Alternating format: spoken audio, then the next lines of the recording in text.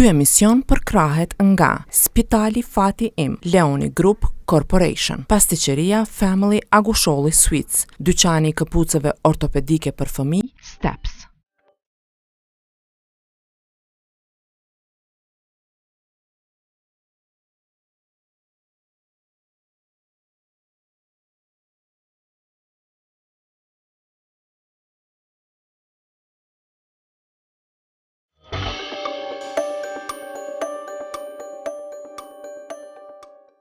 Ne kemi nevojë për ferma familjare në gjithë botën, e unë mendoj që sidomos në Kosovë ne kemi nevojë më shumë që të zhvillojmë bujqësinë dhe të mirat që toka na i ofron.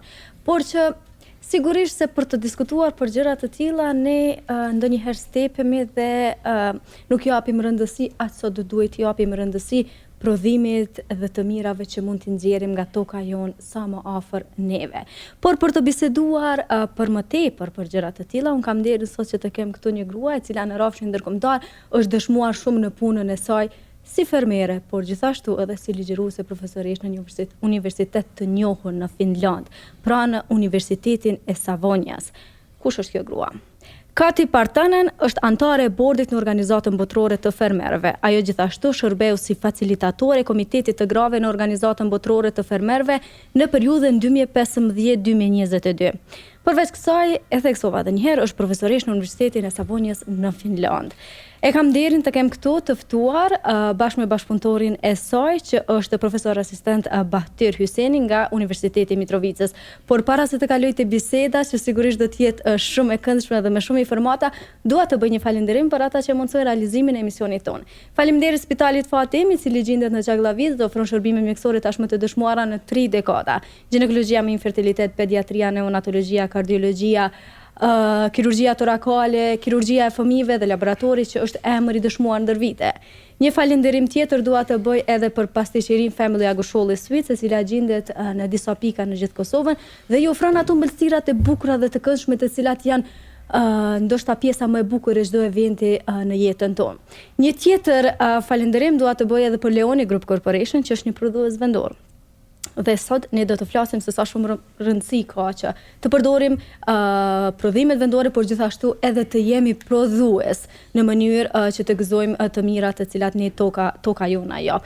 Pra dua të them se edhe Leoni Group Corporation hyn në kategorinë e njerëzve dhe prodhuesve të cilët i sjellin Kosovës të mira nga ajo që mund të bëjmë vet.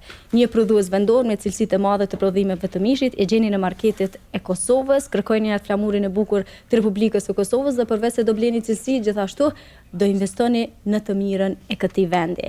Një falënderim tjetër dua të bëj edhe për dyqanin e këpucëve ortopedike Steps. Është një dyqan i këpucëve për fëmijë që i ofron këpucë, sandale, pandufe dhe shumë të tjera, të cilat përveç se janë të bukura, kanë shumë rëndësi në ruajtjen e shëndetit të këmbëve të vogla të fëmijëve tanë. Unë zgjedh Step për fëmijët e mi dhe jam shumë e kënaqur.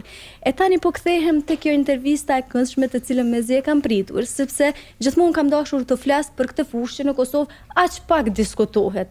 Të flasim për fermat, të flasim për bujqësinë, të flasim për tokat tona pjellore të cilat aq pak i vëmë në funksion dhe për telashet më të mëdha ndoshta që mund t'i kemi, por që e kam përballë një grua e cila përveç se është profesioniste, gjithashtu e ka edhe një dashuri të madhe për Kosovën. Përshëndetje për juve. Zonja Partanen, ju keni thënë se fermerët përballen me sfida të ndryshme që ndikojnë drejt për drejt në punën e tyre dhe në ushqimin që ata prodhojnë. Do të thotë janë kanë qenë pandemit, probleme të tjera të cilat i kanë prekur ata, por kur flasim për fermerët e Kosovës, si e shihni situatën në Kosovë në raport me vendet e tjera? Agriculture is actually quite often seen as a very local activity, but actually it's one of the most international fields of economy. Agrikultura shihet si një prej fushave më lokale, megjithatë është një prej fushave që është më internacionale e vlerëson zonja Kati. We work with the local land and soil, with animals, with the facilities here, but for example, the input markets and the product markets, they are international. Punojmë me toka lokale, me kafshë lokale, me bimt lokale, megjithatë prap inputet, të hyrat dhe tregu janë tërësisht internacional. Also, the local prices, they usually reflect the world market prices, and international agricultural policy, it also affects to the local policies. Çmimet zakonisht po ashtu dirigjohen prej tregjeve internacionale, po ashtu edhe tregu dirigjohet po ashtu prej tregjeve internacionale. And very much of the local decisions which are affecting to agriculture, they have reflections from the agricultural, from the international fora. For example, the climate change discussion, it's global, and they have to, what are the recommendations internationally made, they have to be implemented locally. Po ashtu edhe vendimet lokale që merren zakonisht janë të afektuar prej vendimeve që janë më internacionale dhe këto duhet më implementu pastaj edhe në pjesën lokale të vendeve ku është duke u zhvilluar agrikultura. So these international challenges, they also are true here in Kosovo, but also we have to remember that there are always also the local challenges for farmers. Ndoshta është më rëndësishme që ti theksojmë këto problemet lokale, për shkak se të gjithë ata që po na shohin sigurisht janë të interesuar më shumë për me pas se cilat janë problemet në Kosovë. Can you talk more? They are more interested about local. If you have any local challenges that people may face here, if you noticed, and you can talk about, because people here are will be more interested about the local challenges. Of course, yeah, I understand.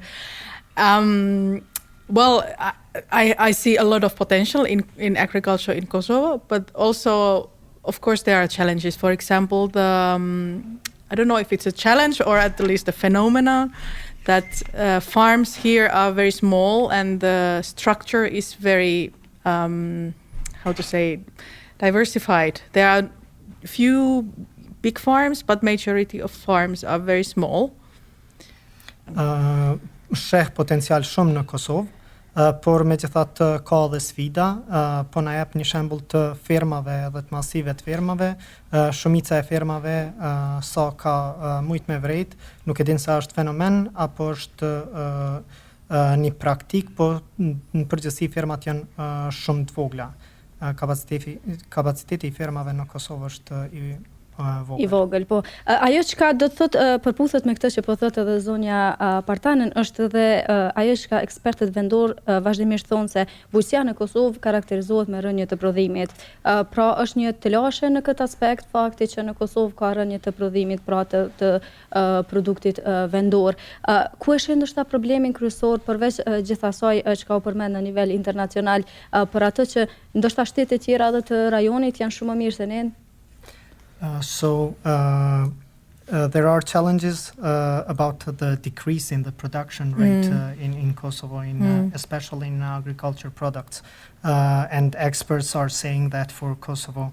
So is this in international, and where do you see Kosovo in this problem? And how do you explain it? What's your opinion? Yeah, I think one reason for this declining production is that, well, the amount of farmers seems to decline, but it's not only in Kosovo. It's I think it's global. We should attract more young people into farming, and it should be through technological development. But I think the most important thing is that young people, they see that they can have decent living in agriculture, so they can earn enough and have like a decent working life there. Yeah. Zonja po thotë që nuk është vetëm në Kosovë ky trend, rënje të numrit të prodhimit për shkak të rënja e numrit të fermave si një prej potencialeve për me rrit ose për me përmirësu këto këtë fakt, po thotë që është me eduku të rinj që mundën me përfitu edhe me bon një jetesë të përshtatshme për veten duke u marrë me bujqësinë. Ky është ndoshta edhe një problem i madh që e kemi ne si shoqëri, po lidhem tani edhe me juve, zoti Hyseni, për shkak se ekziston një stigmatizim.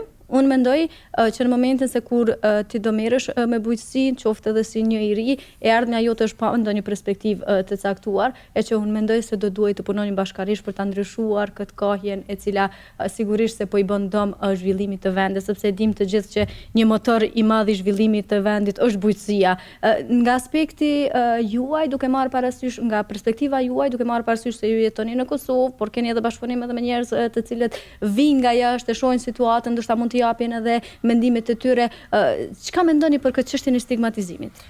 Kjo është mendoj një prej arsyeve që shumë të rinj Kosovë dhe hezitojnë me u marrë me bujqësinë, edhe pse shumica atyre që vetëm kam filluar me u marrë, ka prej rasteve të suksesshme që çdo ditë i shohim edhe i përjetojmë. Megjithatë, stigmatizimi është një prej faktorëve që vazhdon të jetë një problem të trit. E kjo, siç e tha edhe zonja Kati, edhe kemi pas bisedë edhe më herët, mundet me u zgjedh përmes edukimit edhe vënjes në pah të rasteve të suksesit ku të rinjët që janë marrë me bujqësi vetëm se kanë kriju një biznes të suksesshëm dhe kanë gjeneru të ardhura për vetëm, për familjet e tyre dhe kanë një storje suksesi.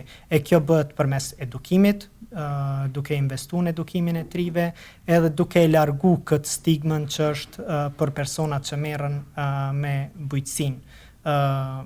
Pasi që gjeneron të ardhuna dhe është sjell benefite. Kjo është ajo diçka që në të kaluarën neve si popull na ka mbajtur gjallë, ndërsa sot duke e stigmatizuar dhe larguar të rinin nga bujqësia, sigurisht se jemi duke e po edhe aspektin negativ të kësaj mendësie në shoqërinë tonë, kështu që besoj që edhe përmes këtij emisioni ne si media duhet të ndikojmë që të ndryshojmë ndoshta edhe formën e të menduarit dhe të shohim se cilat janë mundësitë më të mira për me zhvillu veten si komb, por edhe të rinjt. Po kthehemi te zonja Partanen, për shkak se kur flasim për bujqësi në Kosovë, problemet janë të shumta dhe një prej atyre problemeve për të cilat ankohen edhe njerëzit të cilët merren me bujqësi është edhe fakti që nuk kanë përkrahje nga shteti. Për shembull, kushtet atmosferike që kanë shumë shpesh ndodh që t'i shkatrojnë kulturat bujqësore dhe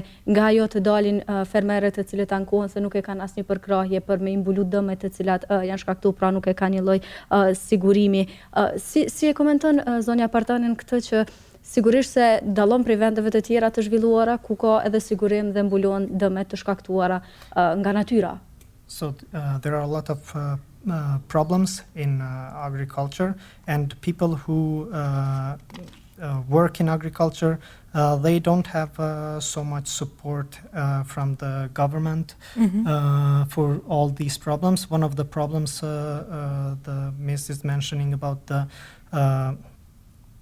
weather forecasting and the problems that sometimes the weather can affect all the agriculture products and the damages that they have in the products. So what is your opinion? They don't have any insurance that if they cultivate the product, they will harvest in the end. So what's your Aktualisht opinion? në Kosovë janë vetëm 12 produkte të cilat janë të siguruara. Do të thotë vetëm 12 prodhime në Kosovë kanë sigurim, të tjerat nuk kanë sigurim. So in Kosovo there are only 12 agriculture products that have insurance, which is a low number of products. Yeah. So for the others you don't have insurance that you will get any support. Yeah, and I think also then remembering that the average size of farms, they are small, so it will be basically the loss of your whole year income if you lose the whole harvest. So definitely there should be built some kind of safety nets, so that to have like economical economical safety net, that there is some kind of a proof that you will make a living in the farming. But also I think it would be important also from the insurance companies to build products that can be provided not only the weather risks, but there are a huge amount of other risks in agriculture as well, which should be not only be carried by the farmer, especially in a situation where the sizes of the farms are so small, because they are not able to develop themselves if they face all the time huge risks. Si që cekëm edhe ma herët, fermat në Kosovë janë shumë të vogla edhe nëse humbin produktin, e humbin gjithë pjesën ekonomike edhe rrezikojnë të shuhen. Kështu që zonja preferon që të ketë një lloj sigurie, një lloj suporti, jo vetëm prej qeverisë, po t'jenë edhe organizata të sigurimeve që ofrojnë sigurime të përshtatshme, pasi që nuk janë vetëm prej motit dëmet që vinë, po janë një mori e rreziqeve që i kanosen produkteve bujqësore, kështu që të krijohet një lloj rjetëzimi me i cili do t'i ofronte prodhuesve bujqësor, do t'i ofronte një lloj sigurie që në fund së paku do të krijonin një jetesë të përshtatshme saj duke u marrë me bujqësinë. Kjo kish me qenë mrekullueshme për shkak se përveç problemeve që i kemi pra do të thotë edhe me këtë problemin e sigurimit, mungesës së sigurimit, ata të cilët merren me bujqësi kanë edhe ankesa të ndryshme. Për shembull, ndër problemet e përsëritura për vite me radhë në bujqësinë kosovare është edhe mbiprodhimi apo nënprodhimi. Dhe kjo vjen si pasojë e mosigurimit të tregjeve. Pra nuk dihet sakt se a do të shiten ato produkte të cilat janë prodhuar, ndonjëherë kërkesa është më e madhe dhe nuk ka prodhim aq sa ka kërkesë, ndonjëherë mbi prodhimi është dhe kërkesa nuk ekziston. Pra janë prodhuesit ata të cilët ankohen me këtë aspekt i cili do duhet të ishte ndoshta edhe i rregulluar në mënyrë që të mos kenë humbje. Si qëndron kjo me vende tjera, ndoshta edhe me Finlandën? There are a lot of problems. One of the problems that our farmers and agriculture, people who cultivate in agriculture are facing are also the problems with overproduction and underproduction and finding markets for their products. Sometimes there are a lot of requests, but there are no products. Sometimes there are a lot of overproduction and you cannot find market to sell your products. So in this context, how is Finland and how the Finland farmers and people who do agriculture deal with this problem in Finland, and how the Finland solve these problems? In Finland we have, I think there are maybe three main solutions.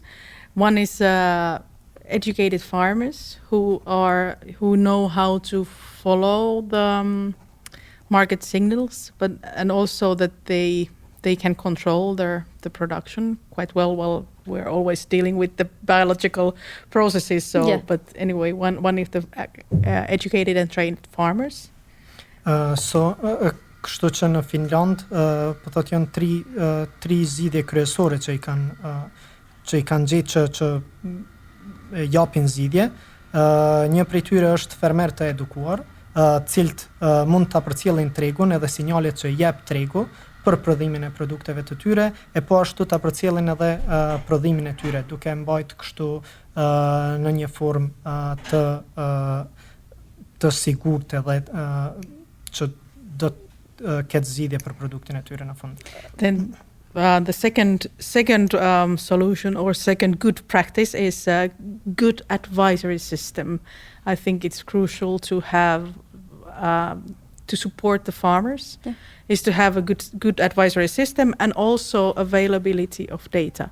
So forecasts and the data of both production and the demand. Zgjidhja e dytë është domethënë këshillimi që është si esencial për fermer, edhe çdo herë të kenë po ashtu të dhëna, po ashtu prej marketit, edhe të dhëna tjera që pra një lloj bashkëpunimi që kish mujt me ekzistojë më i mirëfillt në kuptimin që të bashkëpunojnë duke qenë fitues të dyja palët, sepse ndonjëherë janë ata fermerët të cilët thonë se ne jemi në humbje në vazhdimsi dhe kështu që ndoshta një këshill si kjo kish me ju hyrë në punë. Sigurisht mos ju ndaloj, vazhdoni me pjesën tjetër, sigurisht është edhe një pjesë që zonja Partanen do me vazhdu. And the third? Third one is actually, I think it's also important for the whole value chain management. In Finland, we have very strong cooperatives. And with cooperatives, I don't mean this old-time socialist cooperatives, but the modern farmer-owned cooperatives, which together negotiate with for example, with supermarkets. And I think it's really important to gather together farmers to have the bargaining power together, and also having good contracts which benefit both the farmers but also the product buyers.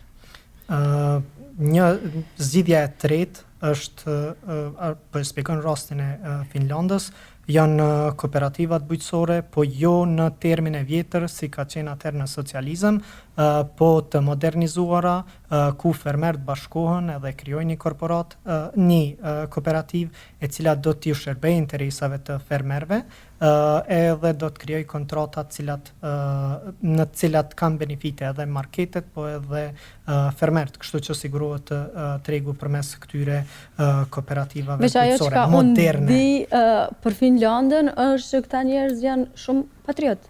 E duan shumë vendin e tyre, dhe çka nuk kupton me këtë patriotizmin për të cilin unë po flas, është vlerja e produkteve vendore. Diçka që ne në vazhdimsi po bëjmë thirrje që të ndodh në raport me popullin tonë, në raport me Kosovën. Si është zonja Partanen këtë çështjen e ndoshta fushatave të shumta që ne po i bëjmë për me bë thirrje me i ble produktet vendore dhe ende nuk kemi ndoshta mobilizim të përgjithshëm për me bë diçka të tillë. Unë e di që në Finland, nëse marr shembull patatet janë më shtrejt vendore se sa ato të huaja, një finlandez do i blej patatet vendore. Marr shembull nga më të thjeshtat. Ndoshta më na dhoni një praktik ose ndonjë këshill që kish mujt me na shërby neve si popull. So we know that in Finland people will choose a produced or a local product over an imported product. What is the solution, and how do you feel about that, and what can we do about that? Because there are a lot of calls from people that we should buy local produced products to help our farmers.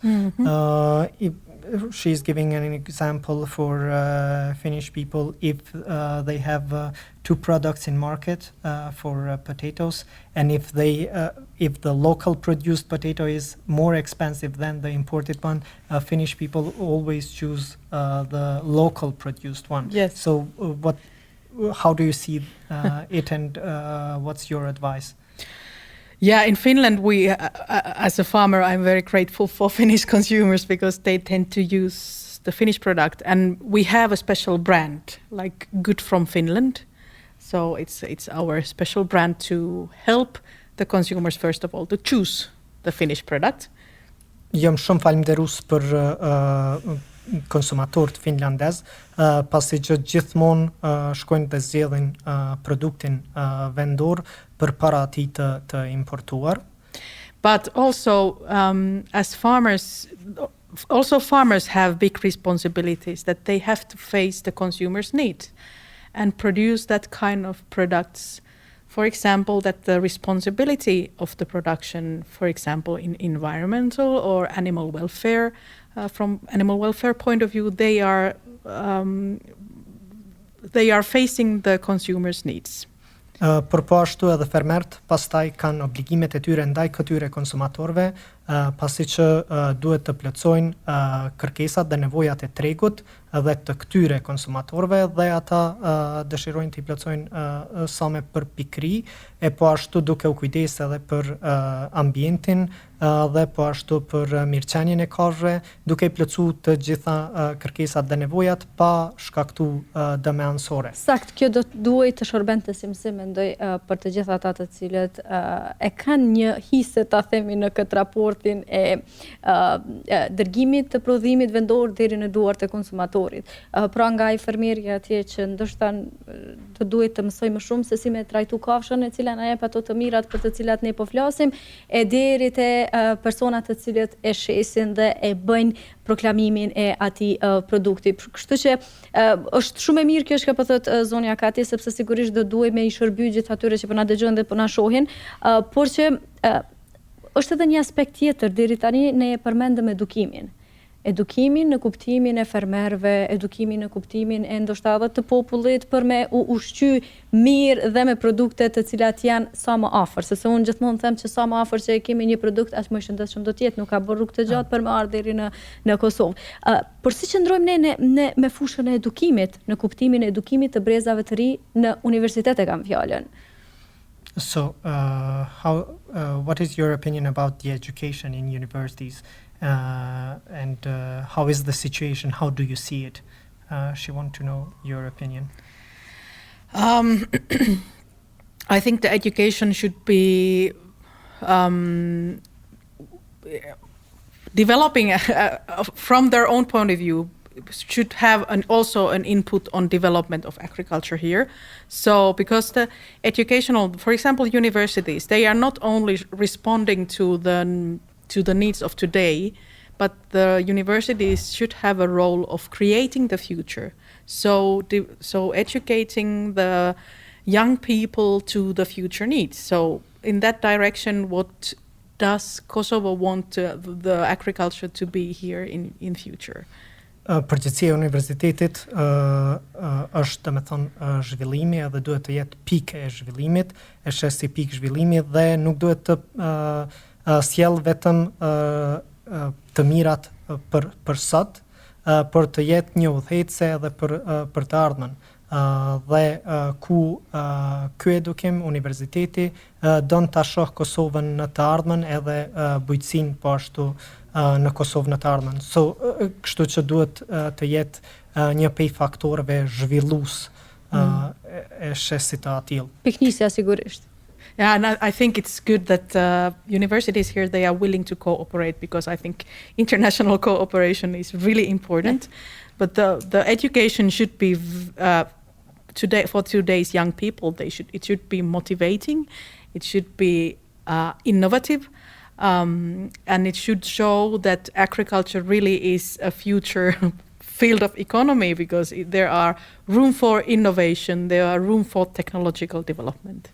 Duhet të shihet pra që universitetet në aspektin e mirë janë shumë bashkëpunuese, po ashtu edhe në aspektin ndërkombëtar dhe lokal, dhe duhet të shihen si pikë e zhvillimit dhe edukimit të trive, të cilët duhet të motivohen dhe ta shohin si bujqësinë si e ardhmja, pasi që ka mundësi të shumta të zhvillimit, si teknologjik dhe inovativ, dhe të aplikohen këto teknika. Kështu që kur po flasim të kjo pjesë, unë e di se ju zoti Batiri keni qenë pjesë një programi exchange shkëmbimi, keni shkuar në Finland, në Universitetin e Savonjes, ndoshta pak këtu mundesh më na ndoa prej përvojës tuaj me që po ndërlidhemi me këtë pjesën e universitetit? Po, ka qenë një shkëmbim i stafit akademik për 2 javë, ku kam qëndru në Universitetin Savonja,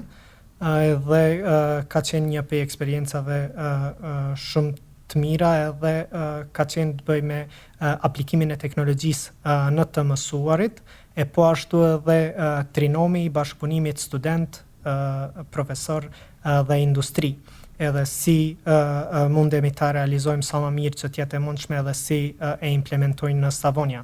Edhe bashkëpunimi atje ka qenë i jashtëzakonshëm i industrisë me universitetin, edhe për cilat probleme i kanë has industria, ata kanë kërku ndihmën si hapi i parë, kanë kërku ndihmën tek universiteti. Universiteti përmes studentëve si praktikant kanë marrë dhëna për këto probleme, edhe pastaj në kuadër të stafit, në bashkëpunim me studentët dhe industrinë kanë ofruar zgjedhje për probleme të caktuara që industria, bujqësia i has. kam pas rastin të shoh problemet të fermerëve që kanë asistu profesor nga Savonia për të zgjedh edhe implementu përmes studentëve, pastaj të industrisë birës e kështu me radhë. Pra një përvojë sigurisht e cila I shërben shumë pastaj rikthimit në vend për të implementuar ato që keni mësuar. Patjetër.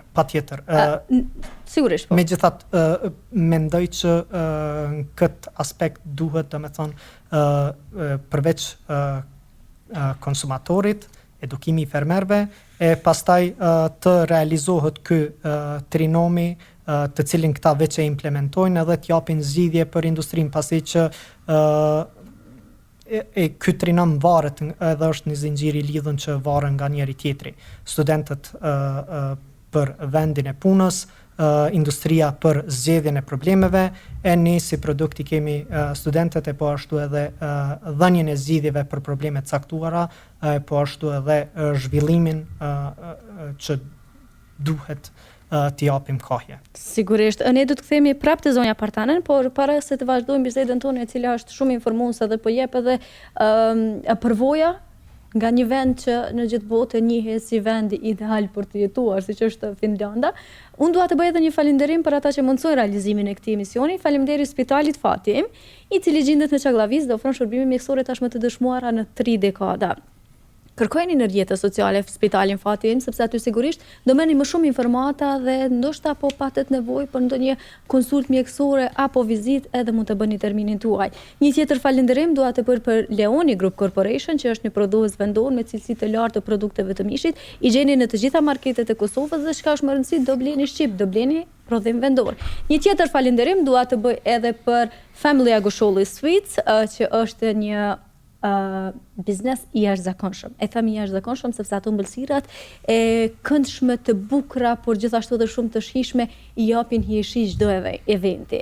Një tjetër falënderim dua të bëj edhe për dyqanin e këpucëve ortopedike Steps, I cili na mundson neve prindërve që të bëjmë zgjedhje të mençura dhe të shëndetshme për këmbët e vogla të fëmijëve tanë. Unë zgjedh Steps për fëmijët e mi dhe jam jashtëzakonisht shumë e kënaqur. Tani po kthehena te zonja Partanen për shkak se dua të bëj një pyetje specifike për rolin e grave në bujqësi. Çka në kupton kjo? Ne e dim që në Kosovë kemi gra shumë të zonja dhe duke pasur gra dhe shumë të zonja, Finlanda na ka lakmuar dhe kemi një grua atje që punon në Universitetin e Savonjës, është profesoresha Ardita Jahja, e cila ka treguar një sukses të jashtëzakonshëm dhe sigurisht se ne kemi krenari të themi se ajo vjen nga Kosova dhe tashmë është pjesë e universitetit ku edhe ju ligjeroni, por si e shihni pozitën e gruas në Kosovë në raport me bujqësinë? Role of women in agriculture. First of all, I have to say that in a global level, it's a huge problem and it's a huge issue. At the same time, we're talking about that there are food insecurity in the world, and we are not producing enough food for the whole world. And it's impossible if we don't have equal possibilities for men and women. Yes. So it's also in the FAO's estimation is that we will not achieve the food security if we don't have equal rights for all. Por çka soi përket Kosovës, pastaj të vazhdoni ju me përkthimin, por pastaj pyetni vetëm specifikisht për Kosovën. So she wants an opinion specific for Kosovo. So what çka zonja Kati tha është se problemet internacionale janë me sigurimin e ushqimit për momentin, edhe bota rrezikohet që mos me mujt me siguru ushqim të mjaftueshëm, dhe kështu që nëse nuk I shfrytëzojmë të gjitha resurset, e kjo do me thonë duke përfshi burrat dhe gratë, si resurse humane, atëherë po humbim gjysmën e këtyre resurseve dhe kapaciteteve dhe nuk mundem me arrit me siguru ushqimin për të gjithë. Andaj duhet të ketë një barazi gjinore që të mos rrezikojmë të humbim, të mos rrezikojmë sigurimin e ushqimit. Ushqimit për mbar botën. Por që në Kosovë kur flasim për këtë barazinë gjinore, sikurse është një temë më shumë e spikatur dhe më shumë kemi të lashe në kuptimin e vendosjes së një barazie në çdo pozicion, ose ndoshta janë gratë ato të cilat hasin një vështirësi edhe më të mëdha. Prandaj dua një opinion specifik për Kosovën, në mënyrë që ta shoh se si zonja Partanen e sheh të lashën me Kosovën dhe barazinë gjinore. So she wants a specific opinion about Kosovo and equality between women and men in Kosovo. Yeah, personally, I have met wonderful men and women, both men and women working in agriculture. I think in academic level, I have not seen any problems, but I think it might be in some traditional cases that maybe the potential of women is not always seen as it is. And I think Kosovo is a small country, so if there are cases where the possibilities are not equal to men and women, it's pure waste of resources, it's waste of potential if the potential of wonderful women of Kosovo is not used. So I think that's something what has to be considered in, for example, in every when you're making policies, it should be gender sensitive and checked if the policies, for example, really give equal possibilities for all.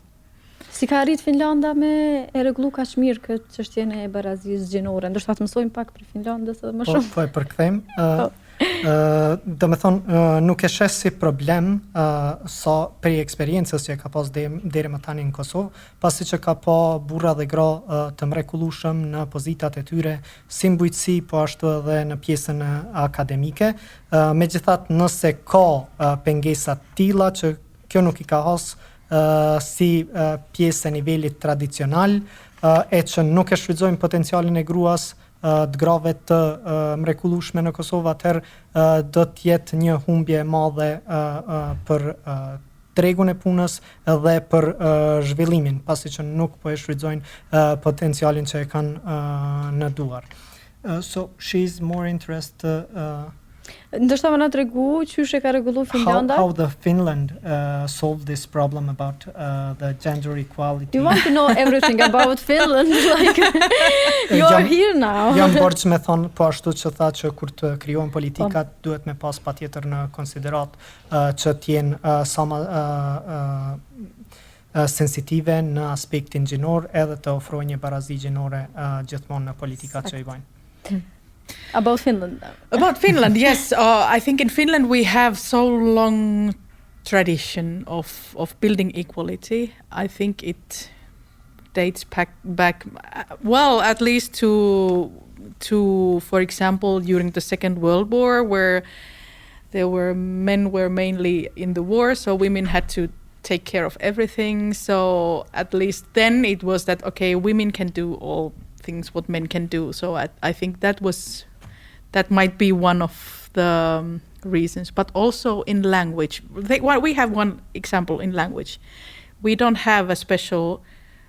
We only have one word of he or she. It's the same word for both of them. So in language we don't separate genders. That's amazing. That's maybe also one. Something special. Something telling about our culture. Yeah. Finlanda po thotë që ka një traditë të barazisë gjinore dhe trajtimit të barabartë të burrave dhe grave. Kjo ndoshta ka rrjedh po ashtu në vitet e mëhershme gjatë luftës së dytë botërore, kur burrat shumica është dashur me shku në luftë, e gratë pastaj është dashur me u merr me të gjitha punët që kërkohen për rreth fermës, edhe kështu e kanë pasur që mundën me i zhvillu të gjitha punët që i bëjnë burrat, po ashtu mundën me i bëjë edhe gratë. Një tjetër aspekt po thotë që mundet me qenë edhe aspekti gjuhësor, pasi që veta e tretë ai edhe ajo nuk ekziston në Finlandë dhe ju drejtohen me një term, kështu që për gruan dhe burrin, kështu që një prej faktorëve që ka rrit barazinë. Thelbi kanë treguar se jemi të njëjtë, që është shumë rast i mirë për ta marrë shembull. Ndoshta po ndalemi tash pak te përshtypjet e juaja për Kosovën, jo vetëm në fushën e bujqësisë, por në përgjithësi. Si duket Kosova në sytë tuaj, kur ju kalon shumë kohë që nuk keni ardhur dhe pastaj ktheheni pas një kohe përsëri, si e shihni Kosovën? So, about your opinion for Kosovo and how do you see Kosovo? You haven't been here for a while, and do you see changes? And what is your opinion now for Kosovo? Yeah, I used to be here often, 10 years ago, many times.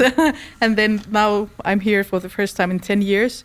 Of course, I see for example, in Pristina, it has been expanding a lot and a lot of new buildings.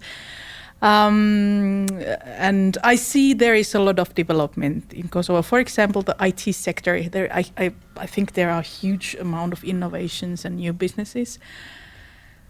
But what I like the most in Kosovo is definitely the people. I think the hospitality of people in Kosovo is something unique.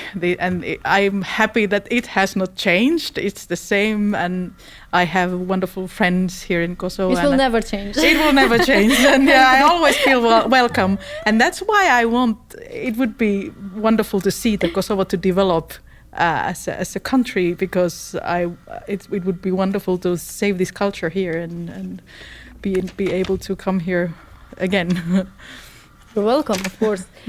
Pas 10 viteve, para 10 viteve kam qenë vazhdimisht në Kosovë, ka 10 vite që s'kam qenë, por tani që jam këtu, po shoh që ka Prishtina për shembull, është zgjeru shumë, po shoh shumë ndërtesa, shumë zhvillim, po shoh një zhvillim të madh në sektorin e IT-s dhe bizneseve që janë zhvilluar në këtë sektor, por ajo çka e vlerëson Kati për Kosovën është njerëzit edhe mikpritja, e kjo po thotë që nuk ka ndryshuar me kohën edhe shpresoj që nuk do të ndryshoj, prandaj dëshiron që në Kosovë me pa një zhvillim sa më të madh, po ashtu që për shkak që kjo kulturë me urujt edhe me vazhdu tutje.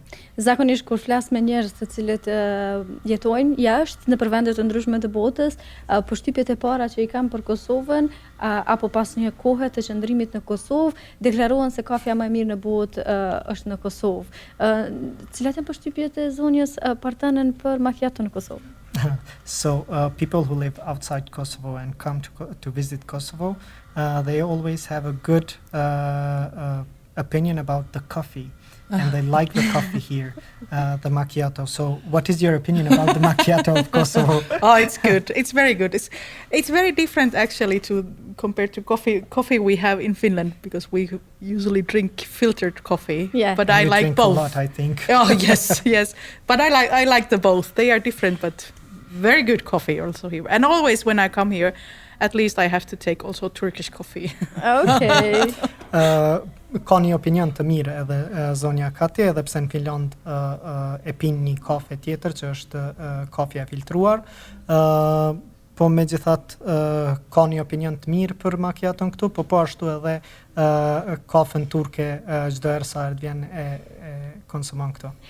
Pra është kjo ajo energjia veçantë që e dallon ndoshta Kosovën në raport ndoshta edhe me vende tjera, që urojmë të mos shuhet, sepse tashmë kemi edhe një numër të madh të rinjve të cilët pretendojnë të largohen nga vendi. Sigurisht se kjo mundet me qenë e dhimbshme në çdo aspekt, edhe në aspektin e zhvillimit të bujqësisë për të cilën folëm deri më tani, por edhe në aspektet tjera, kështu që uroj të mos ndodh. E herën tjetër kur zonja Partanen të jetë këtu të ketë po ashtu përshtypjet e njëjta. Ishte kënaqësi shumë të ju kisha sonte në emisionin tim. Ju faleminderit. Thank you very much. It was my pleasure, and I hope the next time you will be in Kosovo, you will have the same perception about Kosovo, the youth, and macchiato, of course. Thank you. Pra të nderuar shikues, ishte ky një emision podcast i kësaj jave pak më i veçantë nga të tjerat, sepse kishim të bëjmë me një intervistë me një grua e cila vjen nga Finlanda në Kosovë, ka një lidhje të veçantë me Kosovën dhe Finlandën po ashtu, por që i jap shumë Kosovës duke qenë bashkëpunëtore e ngushtë edhe me Universitetin e Prishtinës, edhe me institucione tjera në drejtim të zhvillimit të një bujqësie një bujqësie ta themi cilësore të vendit tonë, për çka Kosova ka nevojë është shumë. Unë dua të bëj edhe një falënderim të fundit për ata që mundsuan realizimin e këtij emisioni. Faleminderit Spitalit Fatim, i cili gjendet në Çaklaviz dhe ofron shërbime mjekësore tashmë të dëshmuara në 3 dekada. Faleminderit Leoni Group Corporation për të gjitha ato prodhimet vendore të një cilësie të lartë, është mish i prodhuar në Kosovë me një cilësi të lartë të shije të jashtëzakonshme. I gjeni në marketet e Kosovës dhe çka është më rëndësishme, ato bleni shqip. Një tjetër falënderim për familjare Swiss, janë mbështetërat e veçanta të bukura dhe shumë të shijshme që të japin hijeshi eventit tuaj. E një falënderim të fundit, por jo më pak të rëndësishëm, për dyqanin e këpucëve ortopedike Steps, i cili ju mundson që të bëni zgjedhje të mençura dhe zgjedhje dhe të shëndetshme për fëmijët tanë, pra për fëmijët tuaj, në mënyrë që ne përveç shëndetit të përgjithshëm të kujdesemi edhe për këmbët e vogla të fëmijëve tanë. Unë zgjedh Steps për fëmijët e mi dhe jam jashtëzakonisht shumë e kënaqur. Deri javën tjetër, miru takofshim.